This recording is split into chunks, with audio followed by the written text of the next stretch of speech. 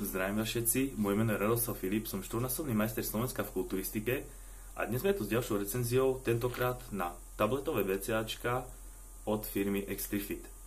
Extrifit je česká značka, myslím si, že teraz je veľmi uznávanou, hlavne kvôli tomu, že má veľmi kvalitné výrobky, cenovo tiež celkom dobre dostupné a tieto VCAčka vlastne v jednej tablete obsahujú až 1800 mg, čiže 1,8 g.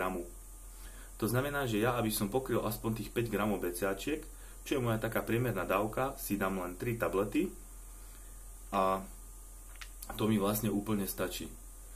Výrobca udáva dávkovanie 2 tabliet, myslím si, že pre začiatočníka je to úplne postačujúce a toto je vlastne menšie 150 tabletové balenie, kde sa cena pohybuje okolo 25 eur, myslím si, že je to výhodná cena.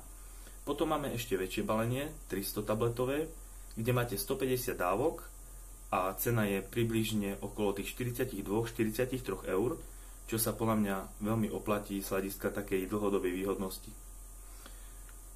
BCAčka sú v pomere 2:1:1, čiže teda leucin, izoleucin a valin a tieto BCAčka vlastne odporúčam brať preto, aby ste zabranili katabolizmu, kedy sa svaly odbúravajú, taktiež pre zlepšenie regenerácie a potom následný rast novej svalovej hmoty.